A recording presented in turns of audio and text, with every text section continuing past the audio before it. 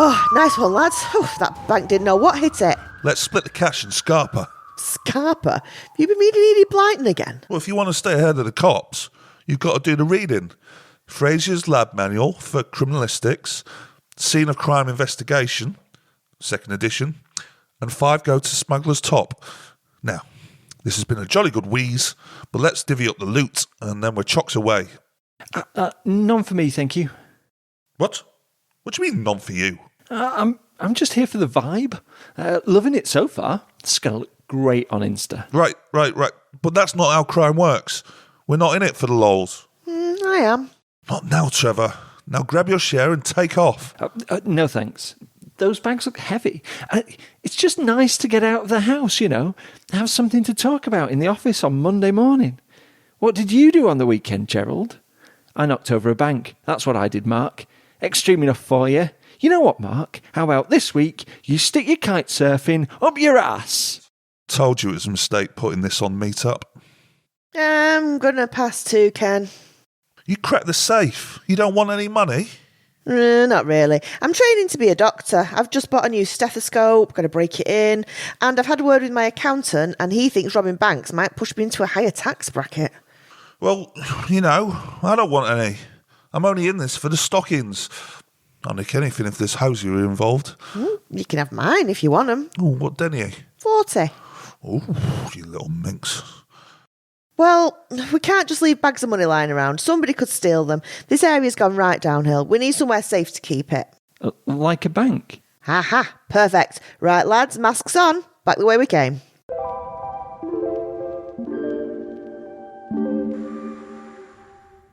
So, as you all know, sales of our bread are down again this quarter. Our croissants are selling like hotcakes, but we're getting a kicking in the bloomer department, and our tiger bread is about as popular as a dead cat. So, to put it bluntly, our loaves rise, but they don't shine. So, we've hired a top marketing consultant. Good morning, everyone. This is Marcus. He works miracles with the Turbo Shave Maxi Blade campaign. And so we're hoping he can bring the same out-of-the-box thinking to soft wheat bakeries. Thank you for that kind introduction. Let's get straight into it.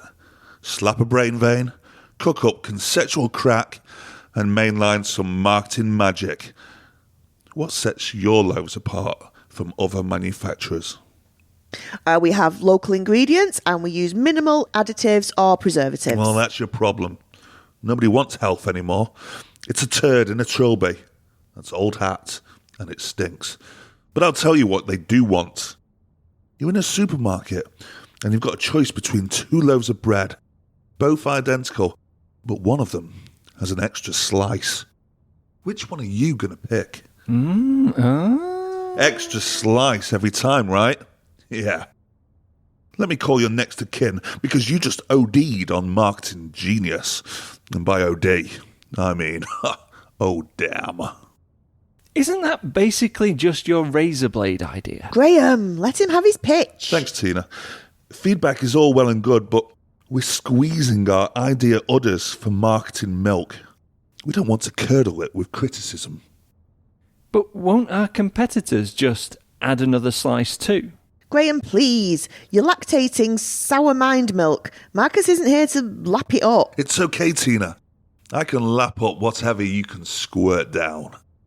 Competitors are going to be all over this, which is why I'm suggesting leapfrogging all that and stepping directly into the future. Let me introduce to you the best thing since sliced bread, the hyperloaf. Ooh. 100 slices of bread in a single loaf. But that's not possible. That's not how bread works. You're a bread company. People don't get to tell you how bread works. You tell them how bread works. How many types of seeds are in your bread?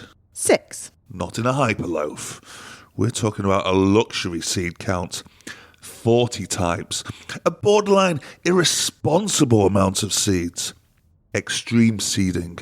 Total domination of the seed variety baking space. What the hell is a luxury seed count? We're doing marketing now. We make the rules. We're hijacking the seed narrative. From now on, Anything with fewer than 20 seed types has nutritional malvariants. Nutritional malvariants? That's not a thing. Isn't it?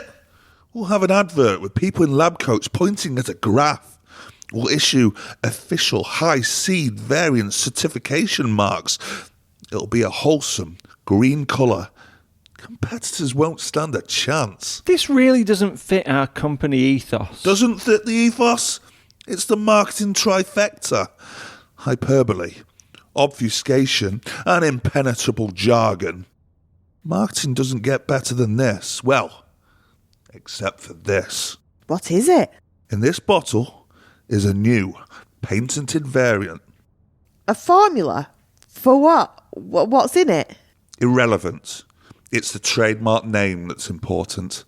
This is Omega 1000. Next week, your bread could be the only loaf in the supermarket with added Omega 3, 9, and 1000. You can't just put a random mix of stuff in a bottle and give it a fancy scientific name. That's wildly unethical. Ethics is what people claim to have when they don't have vision. Think about it. You'd be at the cutting edge of pseudoscience. But it doesn't do anything. Well, what does Omega 9 do? Well, it must... Healthiness? Well, that's my time, I'm afraid. Sorry to blow your minds and leave, but I'm needed at the toilet roll factory. Let me guess. 9-ply. Nope, tried it. It wouldn't fold. It's a double roll system, separate paper for each buttock. Does he not understand how arseholes work? I'm in marketing, buddy. We wrote the book.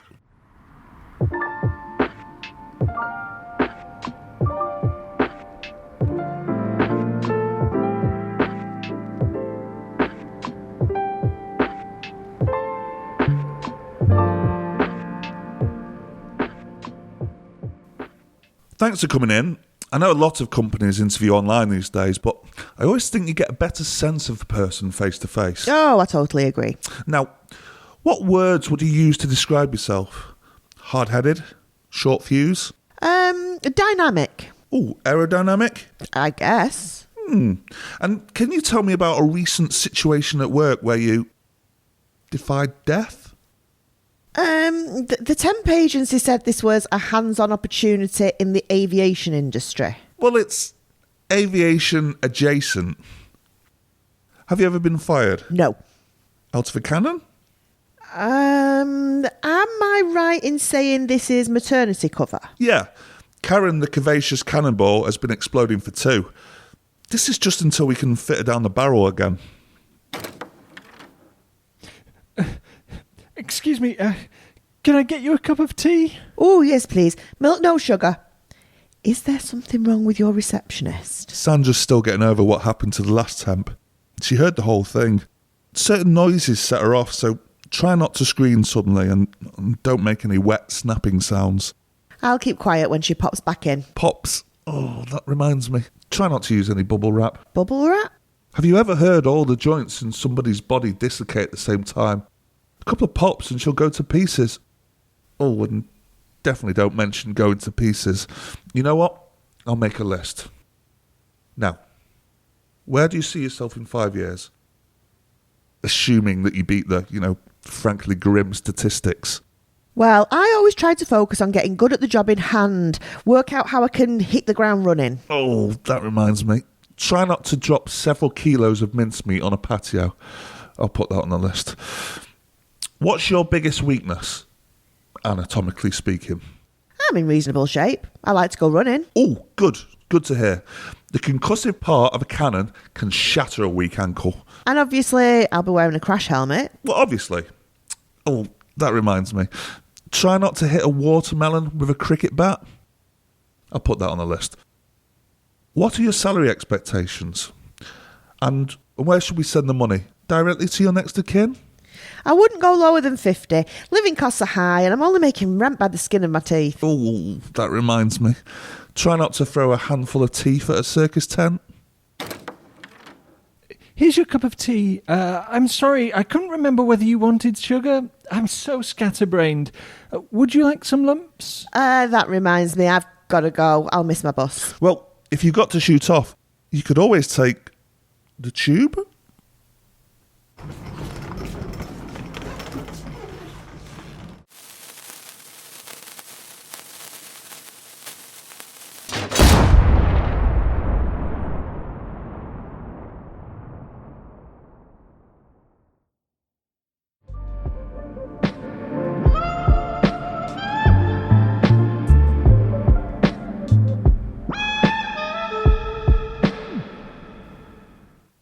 Tristan, your mum was cleaning your room and she stumbled across something that's got us concerned. Son, she's found your jazz mags. They're not mine. I found them in a bush when I was walking home from school. Come on, love, don't lie to us. We weren't born yesterday. Oh, I'm a liar. But I'm just supposed to believe you're in here cleaning my room? Which bit did you clean exactly? It's a pigsty in here. Point to the clean bit. Don't change the subject. This isn't about your mother's snooping. It's about your jazz mags and blue videos. Blues videos? I mean, look at these titles. West Coast Cool Jazz. If You've Got It. Flautist. Fingering Your Bassoon. My Magnificent Organ. Please stop. There's one here called Natural Horn. At your age, it's normal to be curious. You hear a syncopated beat for the first time. It's going to bring up a lot of new feelings. And that's all you can think about. The big, full curves of a double bass, or the elegant neck of a saxophone. Louis Armstrong's bulging cheeks. Please, can we just not talk about this? We understand. You're embarrassed. You don't want to talk to your parents about it, much less picture me and your dad jamming. I'd assume they'd covered it in Year 7 sex education, but obviously not. It's normal to listen to music. Everyone does it. We accept that you might even want a little dirty ragtime. But these modern magazines, they give you the wrong idea. It all gets progressively more extreme and weird. Are you talking about subcultures, Dad? My own son hanging out with hep cats. You can't tell me who I can be friends with. We don't care whose spit valve you're emptying. We just want you to be safe. But it's also extreme. Multi-instrumental, polyrhythmic playing. You must know it's not normal. Some of these arrangements are so degrading. You watch this stuff and soon your foot only starts tapping if there's a golden jazz standard, tinkling on a piano or paradiddling on a drum. And you'll go blind. That's just a myth.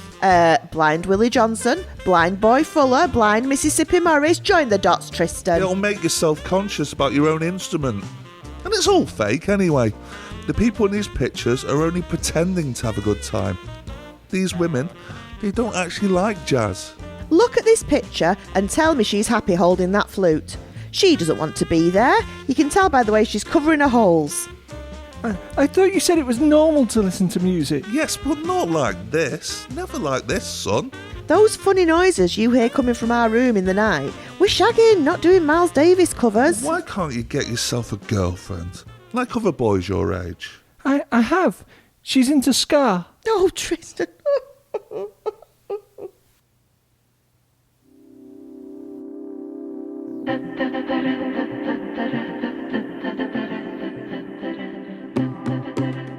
This episode of Giggle Niblets was written and performed by Gemma Dagner, Anthony Thomason and John Duckworth. The lead writers for this episode were John Duckworth and Paul Lowton, with additional silliness from the Manchester Comedy Writing Collective.